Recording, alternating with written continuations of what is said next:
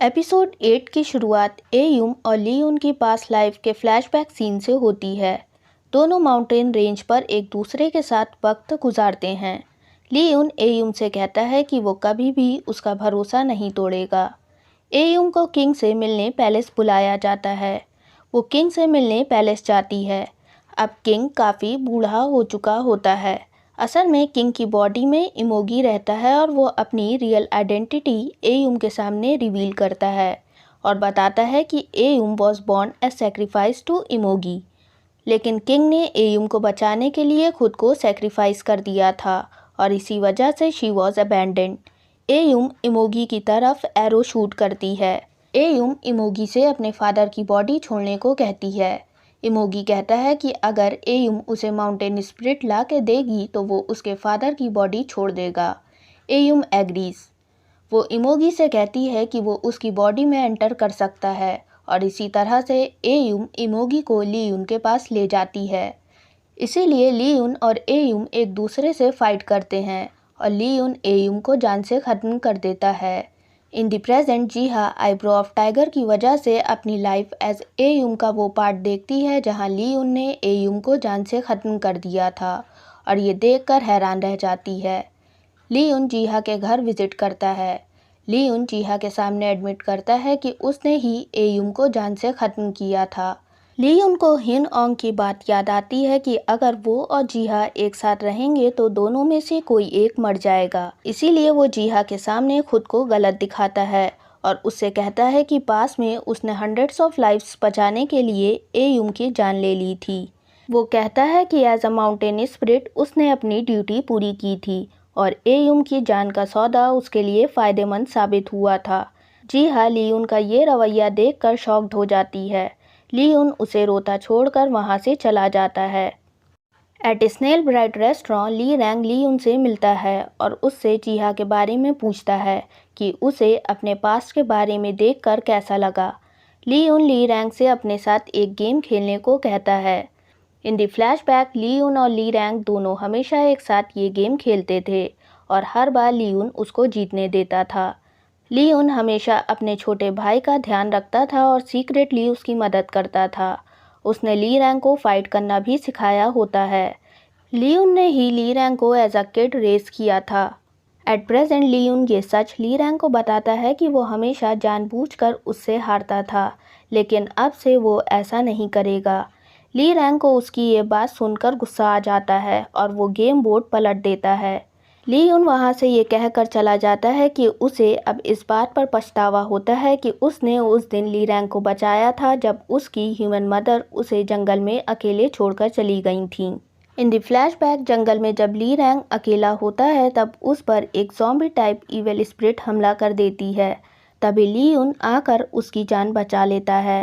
लीयून को मालूम होता है कि ली रैंग उसके फादर का बेटा है जो हाफ ह्यूमन और हाफ फॉक्स है।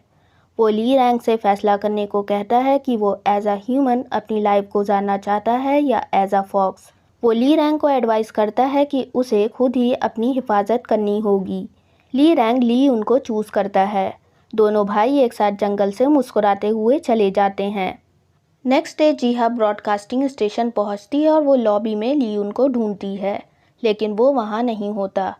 लीयून जीहा की नज़रों में नहीं आना चाहता, इसलिए वो उससे बचकर ब्रॉडकास्टिंग स्टेशन में मौजूद होता है ताकि वो जीहा की हर खतरे से हिफाजत कर सके। At the man's house CEO cherry blossom tree से एक फ्रूट कंज्यूम करता है। उस ट्री से ही सीईओ को स्ट्रेंथ मिलती है क्योंकि उसके फ्रूट्स में लिविंग सोल मौजूद होती हैं। ली रैंग सीईओ से कहता है कि वो इमोगी से मिलना चाहता है। सीईओ ली रैंग से कहता है कि वो फ़िलहाल इमोगी से नहीं मिल सकता। ली रैंग सीईओ को थ्रेटन करने की कोशिश करता है, तभी इमोगी वहां आ जाता है।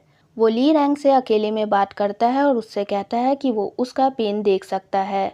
इमोगी को मालूम होता है कि ली रैंग जीहा को जान से ख़त्म करना चाहता है। इमोगी ली रैंग से ऐसा करने को मना करता है और डिक्लेयर करता है कि वो जीहा को अपनी ब्राइड बनाना चाहता है क्योंकि इनिशियली वो उसे एज अ सेक्रीफाइस दी गई थी। शिनजो यूरी से मिलने जाता है। यूरी उसके चेहरे पर चोट के निशान देखती है। शिनजो उससे पूछता है कि उसे यूरी के डॉग का नेम क्या रखना चाहिए। यूरी डॉग का नेम रखती है। शिंजो यूरी से कहता है कि वो उसे प्रूव करके दिखाएगा कि ये दुनिया एक वंडरफुल प्लेस है। यूरी कहती है कि उसे अपनी इस बात पर बाद में पछतावा होगा। शिंजो यूरी को गुड बाय करके चला जाता है। At the broadcasting station जीहा notice करती है कि उसने अपनी पास्ट लाइफ में सेरोम और जेहॉन को भी अपने साथ देखा था when she was Ayum. Jiha decide करती है कि उनकी अगली स्टोरी पास्ट लाइफ के टॉपिक पर बेस्ड होगी। शिंजो लियून से मिलने आता है आउटसाइड द ब्रॉडकास्टिंग बिल्डिंग। वो लियून से पूछता है कि उसने जीहा को सच क्यों नहीं बताया। लियून कहता है कि अगर हिस्ट्री खुद को दोहरा रही है तो जीहा एक बार फिर से उसके लिए खुद को सेक्रीफाइस कर देगी और लियून दोबारा ऐसा हरगिज़ नहीं चाहता। वो दूर से ही जीहा की हिफाजत करेगा। लियून शिंजो से जीहा पर नज़र रखने को कहकर चला जाता है। ली रैंग की मुलाकात एक बार फिर से उस बच्चे से होती है जिसको उसने ट्रीट दी थी। ली रैंग नोटिस करता है कि उस बच्चे को किसी ने मारा था। वो उस बच्चे को एडवाइस देता है कि वो खुद ही अपनी मदद कर सकता है और वहाँ से चला जाता है। इमोगी सीईओ से कहता है कि वो ली रैंग को टेस्ट करेगा कि क्या वो सच में अपने भाई के साथ गद्दारी करेगा। He says they are expecting a guest. At snail Bright restaurant एक अनएक्सपेक्टेड गेस्ट वहां लंच करने आती है। रेस्टोरेंट की मालकिन उसे देखकर खुश नहीं होती क्योंकि उसकी वजह से ही उसने अपने हस्बैंड को खो दिया था। रेस्टोरेंट में जीहा के कोवर्कर्स भी मौजूद होते हैं। जीहा का बॉस उन दोनों को इंटरप्ट करता है और उस गेस्ट से कहीं और लंच करने को कहता है। वो गेस्ट जीहा के बॉस का हाथ पकड़ती है और बताती है कि उसे एयरप्लेन्स बोर्ड करने से डर लगता है। वो ये बात बताकर वहाँ से चली जाती है। जीहा का बॉस हैरान होता है कि उसे उसके इस फियर के बारे में कैसे मालूम चला। Leon afterlife immigration office visit करता है। असल में तैल्यूपा और हियनओंग के बेटे की डेथ एनिवर्सरी होती है, इसीलिए वो उन्हें कंसोल करने जाता है। तैल्यूपा नहीं चाहती कि लियोन भी उनके बेटे की तरह अपनी जान दांव पर लगा दे, क्योंकि मरने के बाद वो दोबारा रीबॉर्न नहीं हो सकता। लियोन कहता है कि वो जीहा को बचाने के लिए कुछ भी करेगा। तैल्यूपा अपने बेटे को याद करती है और उसके शूज़ को टच करके अपने इस इरिवर्सिबल लॉस पर हताश होकर रोती है। जीहा अपनी रिसर्च के लिए डॉक्टर को विजिट करती है। डॉक्टर उसे एक डायरी हैंड ओवर करती है जो जीहा की मदर ने पास्ट लाइफ के टॉपिक पर रिसर्च करते वक्त डॉक्टर के साथ बनाई होती है। डॉक्टर जीहा को उसकी बचपन की हिप्नोथेरेपी की वीडियो फुटेज भी देती है। जीहा वीडियो प्ले करके देखती है। वीडियो में ऐसा लगता है जैसे वो जीहा नहीं बल्कि कोई और है। वो बताती है कि वो एक केव में पैदा हुई थी। वो इस अर्थ पर अंडरवर्ल्ड की तरह था। एक दिन उस जगह से एनिमल जो ह्यूमन फॉर्म में था भाग निकला था, विच मीन्स इमोगी। वो बताती है कि उसे माउंटेन स्पिरिट की तलाश है। जीहा रियलाइज़ करती है कि वीडियो की यंग जीहा डायरेक्टली उससे बात कर रही है और स्टूडियो के दीवार पर लगे साइंस पढ़ रही है। जीहा ये देखकर घबरा जाती है। तभी जेहॉन वहाँ पहुँच जाता है। जीहा अपना सामान लेकर वहाँ से चली जाती है। मीनवाइल ली रैंग को वही लेडी अप्रोच करती है जो पहले स्नेल ब्राइट रेस्टोरेंट में प्रेजेंट थी। वो ली रैंग का हाथ पकड़ती है और उससे कहती है कि वो जान गई है कि ली उनको अपनी ज़िंदगी में सबसे ज़्यादा किस बात का फियर है। लेटर ली रैंग को चैंटिंग साउंड सुनाई देती है। ली रैंग अपना वार्डरोब खोलता है और पास्ट टाइम में ट्रैवल करता है, जहां उसे कुछ विलेजर्स बीट कर रहे होते हैं for being a half human and a fox. वो अपनी ह्यूमन मदर से भी मिलता है जो उसे एक्सेप्ट करने से मना कर देती है। ली रैंग अपने सर से खून निकलता देखता है और रियलाइज़ करता है कि ये कोई ख्वाब नहीं है।